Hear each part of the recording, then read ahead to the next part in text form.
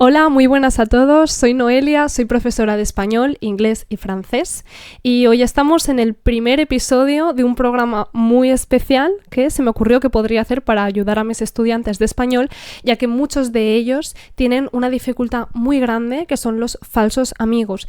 Los falsos amigos son palabras que pueden parecer la misma en nuestro idioma nativo, pero realmente significan algo muy distinto en el idioma que estamos aprendiendo, y esto pasa en español y en inglés y en francés, y básicamente es más frecuente en las lenguas romances, pero también veremos que hay otras lenguas donde existen falsos amigos.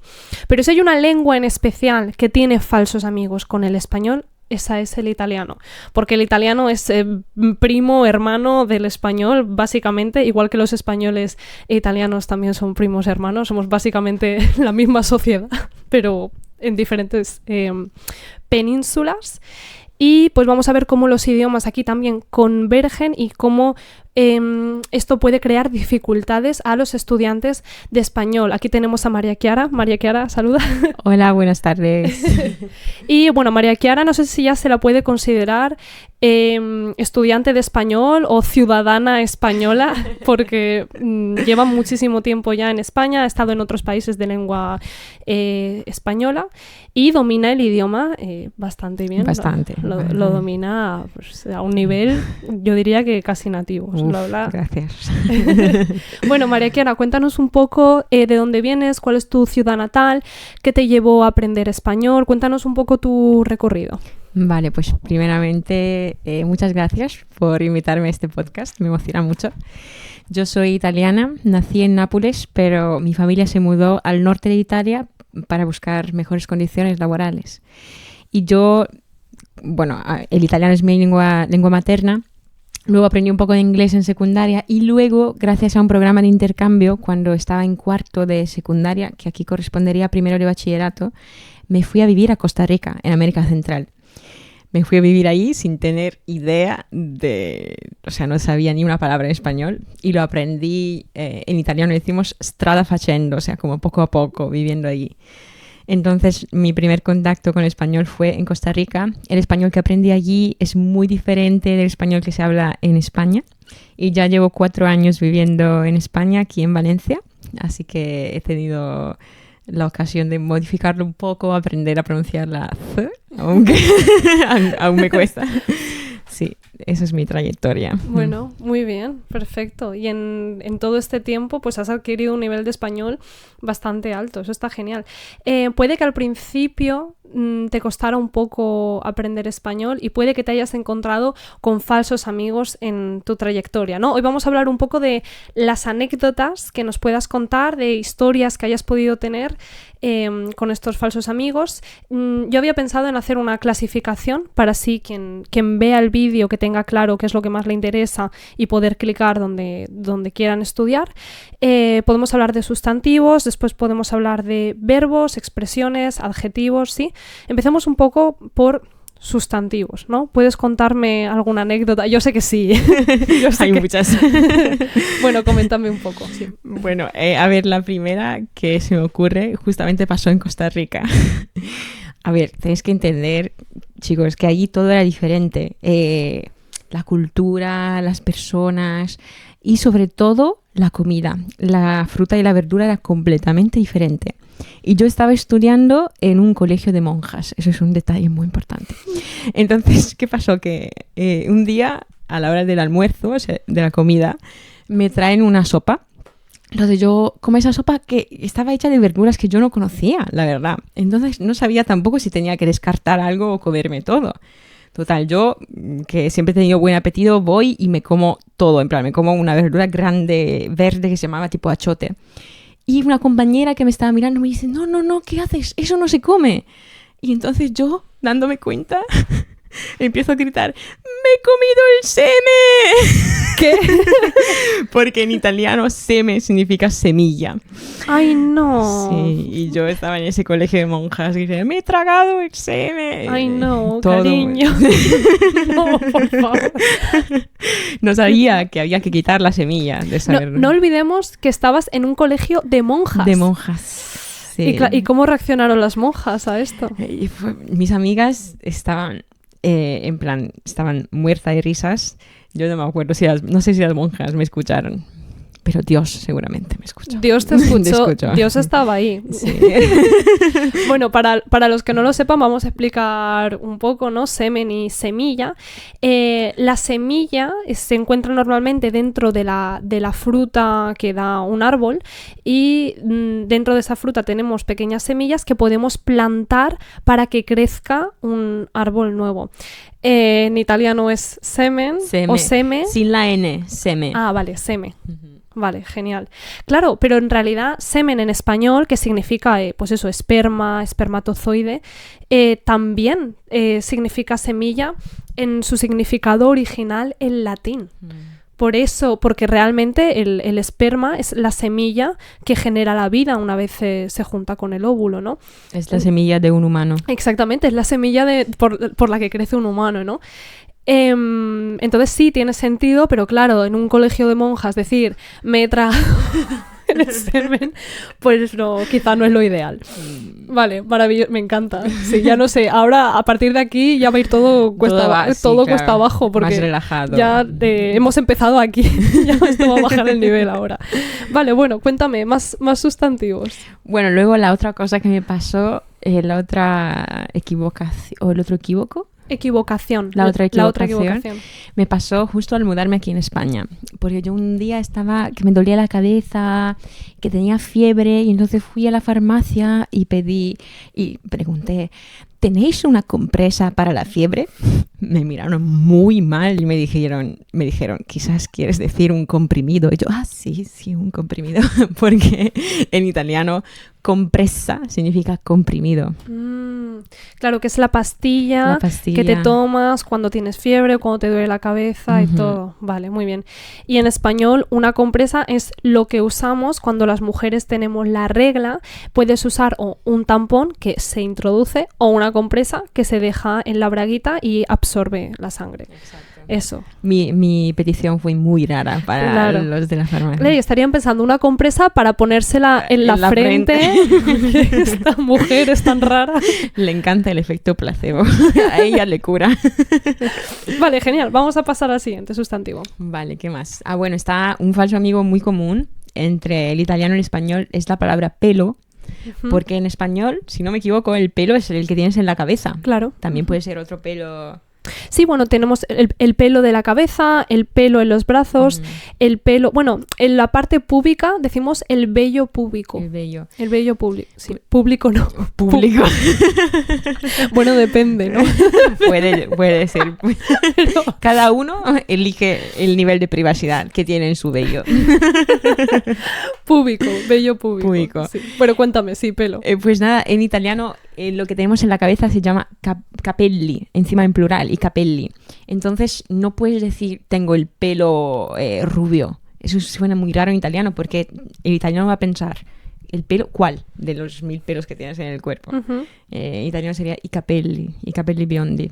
Vale, entonces se usa pelo en plural como pelos, ¿no? Tengo del cuerpo. Los pelos rubios. Sí, pero uno de estos es un capello, uno de los que tienes en la cabeza.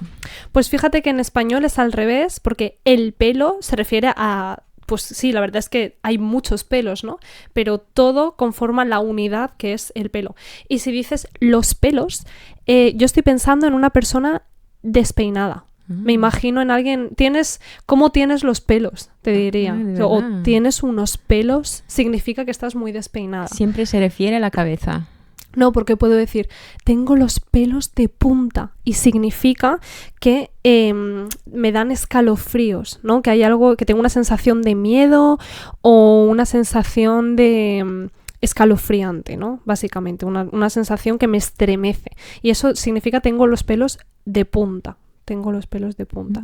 También puedes decir los pelos de las piernas, igual que hemos dicho el pelo de los brazos, el pelo de las piernas, puede ser en singular o en plural, los pelos de las piernas. Pero si nos referimos a la cabeza, siempre va a ser el pelo, no como en italiano, que es en plural. En francés me parece que también era en plural, les cheveux. Les cheveux. Qué interesante. Sí, como en italiano. Muy bien. ¿Qué más tenemos? Sustantivos... Sí, es que esto hay que comentarlo, no podemos dejarlo, sí. ¿Cuál es? Cuéntame lo que me estabas comentando antes de la caña. Ah, Es que eso es muy importante, la gente lo tiene que saber.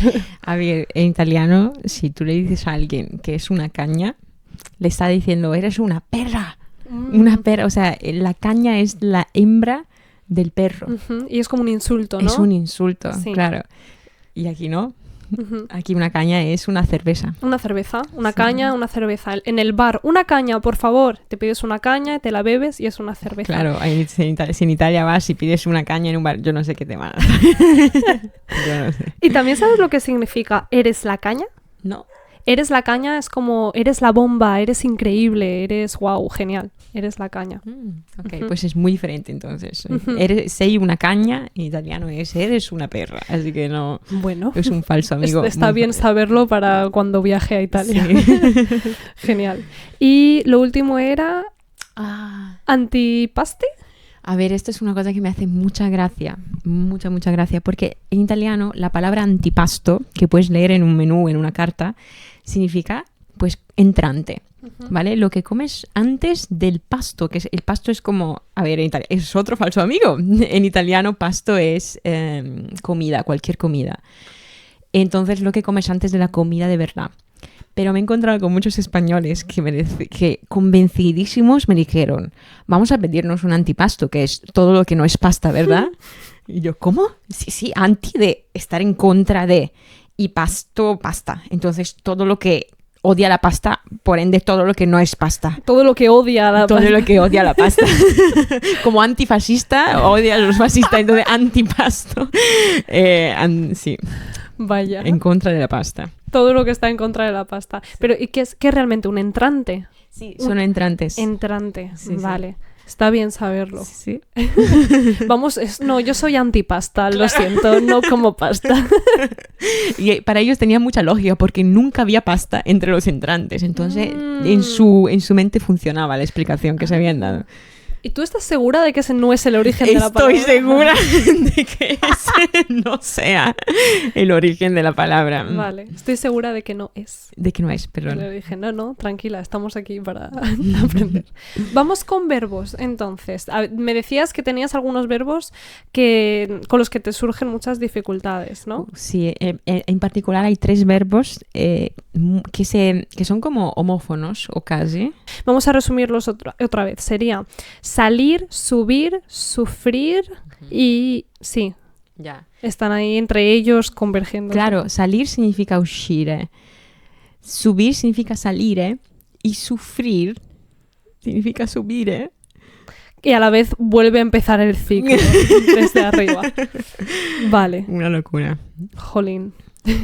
¿Quién se inventó estos idiomas y por qué Les encanta liarla. les encanta liarla? Bueno, y tenías el verbo duele, que me querías contar algo. El verbo doler, ¿me querías contar algo con eso? Sí, era como muy breve, simplemente como que si en italiano cuando quieres decir duele, tienes que usar una expresión, fa male, Ujú. ¿no? Mi fa male. Como en valenciano. Es Igual. verdad, fa mal. Ujú. Pero también hay una expresión muy antigua, si tú dices, mi duele el brazo, es muy gracioso porque parece que seas un hombre del qué sé yo, Del siglo XV. del siglo XV, correcto, que habla con su italiano súper viejo. Entonces, mi duele el brazo. Ah, entiendo. Vale, queda arcaico, ¿no? Es algo arcaico. Vale, interesante. Y me habías dicho guardar. Ah, sí, esto sé lo que significa. Dilo Sí. tú entonces. Guardar, que es mirar, ¿no? Sí. En italiano. Y en español, guardar es meter algo dentro de otra cosa para más tarde o para mantenerlo ahí. Correcto, en italiano eso sería conservare. Ah, vale. Ujú. Aquí conservar, sí, conservar puede ser quedarse algo para usarlo más tarde o simplemente para tenerlo.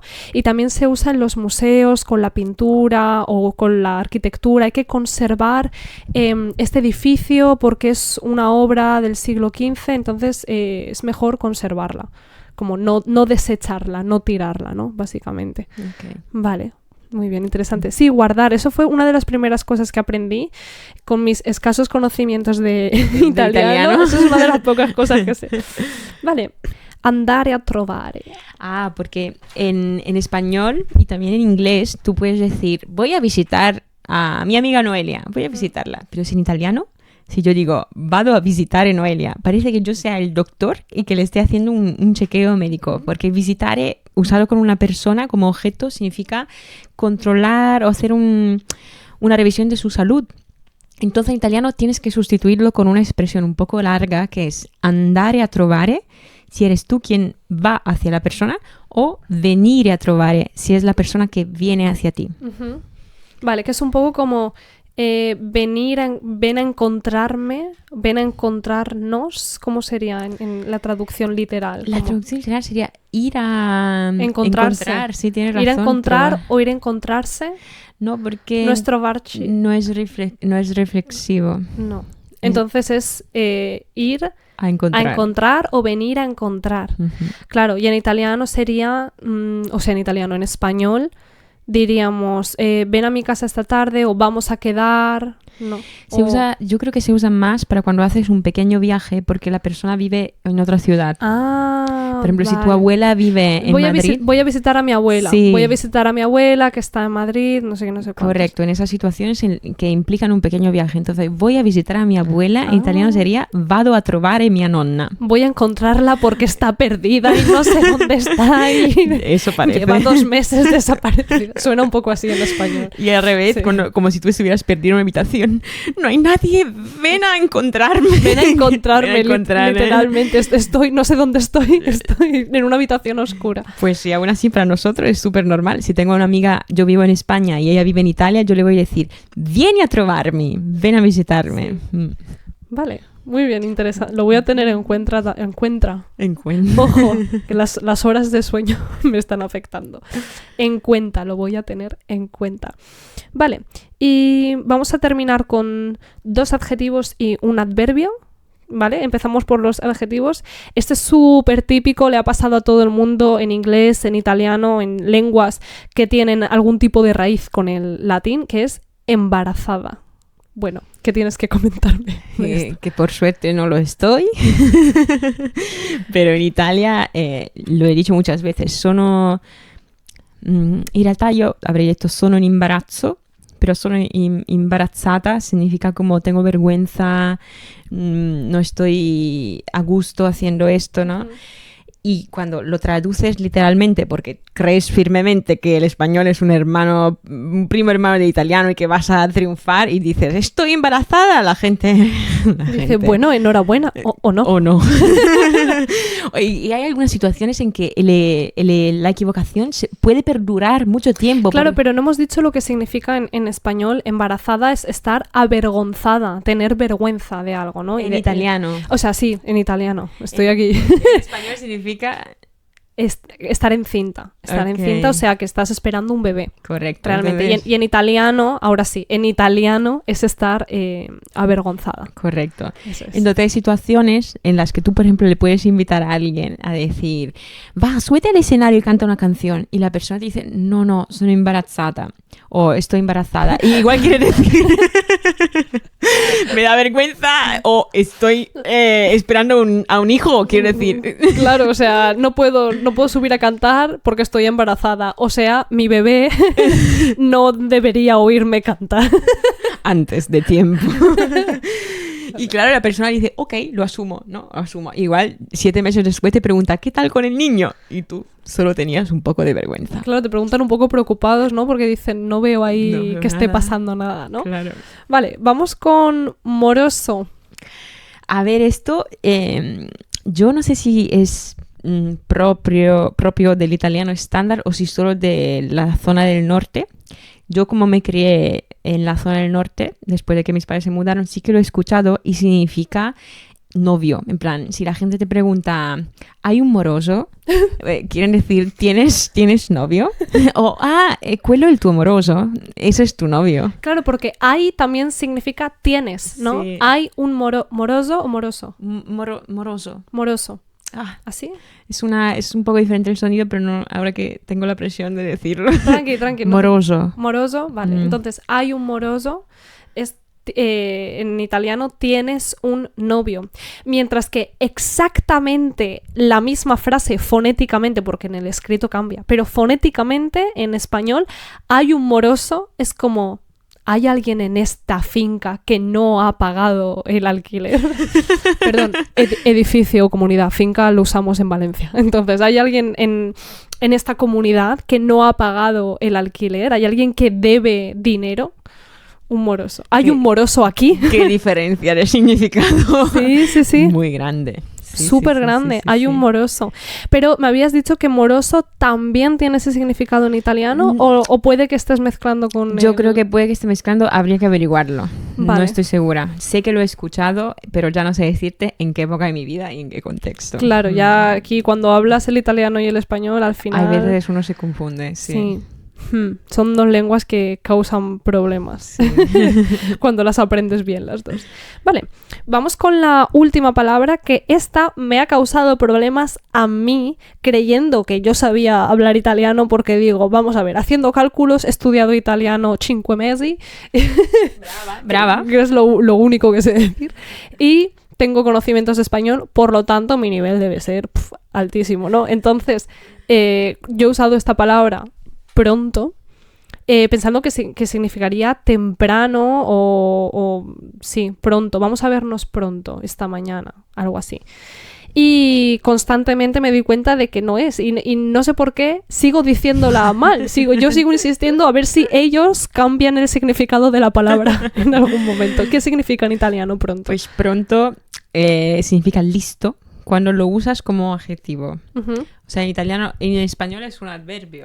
Un adverbio de tiempo, ¿no? Por ejemplo, vamos a vernos pronto. Es un adverbio en el sentido en el que no está modificando a un sustantivo, sino que está modificando a un verbo, el verbo ver, en ese sentido, ¿no? Vamos a quedar pronto, ¿sí? Y entonces modifica a quedar, pero no hay una mesa pronta, un micrófono pronto, no, eso no funciona, no puede modificar sustantivos, solo puede modificar a verbos con el significado de temprano. Vale, pues en italiano como adverbio no creo que existe cuando contestamos al teléfono, pero ya gramaticalmente no lo sabría clasificar. Cuando contestamos al teléfono, la primera palabra que decimos no es hola, aló, sino que es pronto. Como, date prisa, no. que no puedo estar hablando. Lo guay mucho es que no tiene ningún significado. Si le preguntas a un italiano qué significa pronto al contestar al teléfono, no te va a decir nada, no significa nada. Ah, sí, o sea, solo se usa para eso. La verdad que sería muy interesante investigar por qué nació ese uso de la palabra. Entonces, allí tiene este uso. Y la forma en la que lo usamos diariamente es como adjetivo, entonces sí que modifica o añade una calidad a un sujeto para decir listo. Para decir estoy listo en italiano dices sono pronto. Estoy lista, sono pronta. Antes de partir para un viaje, pronti, como listos. Ah, ¿Vale? Entonces tiene incluso un rol gramatical diferente. Qué interesante. Bueno, muy bien, perfecto.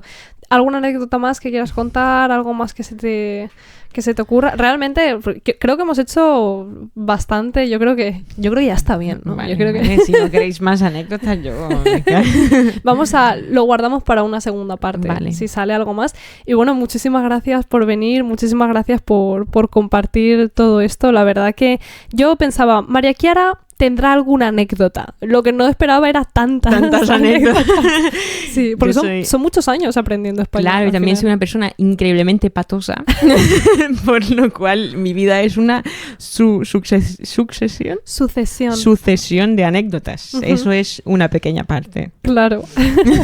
Bueno, muchas gracias a ti, Noelia, por invitarme y por ser tan amable y simpática. Genial. Bueno, pues esperamos que haya una segunda parte, que seguramente la habrá. Esperemos que sigas metiendo la pata todo lo posible en español para generar más anécdotas de este estilo. Y pues nada, si os ha gustado, comentadnos un poco qué otros falsos amigos conocéis del italiano y del español. A estos falsos amigos también existen en español y en vuestra lengua materna. ¿Hay alguna palabra aquí que no solo compartan el italiano y el español, sino quizás italiano, español y francés? No sé, comentadnos un poco. Y pues nada, nos vemos en el próximo capítulo. Muchas gracias por escuchar. Un placer.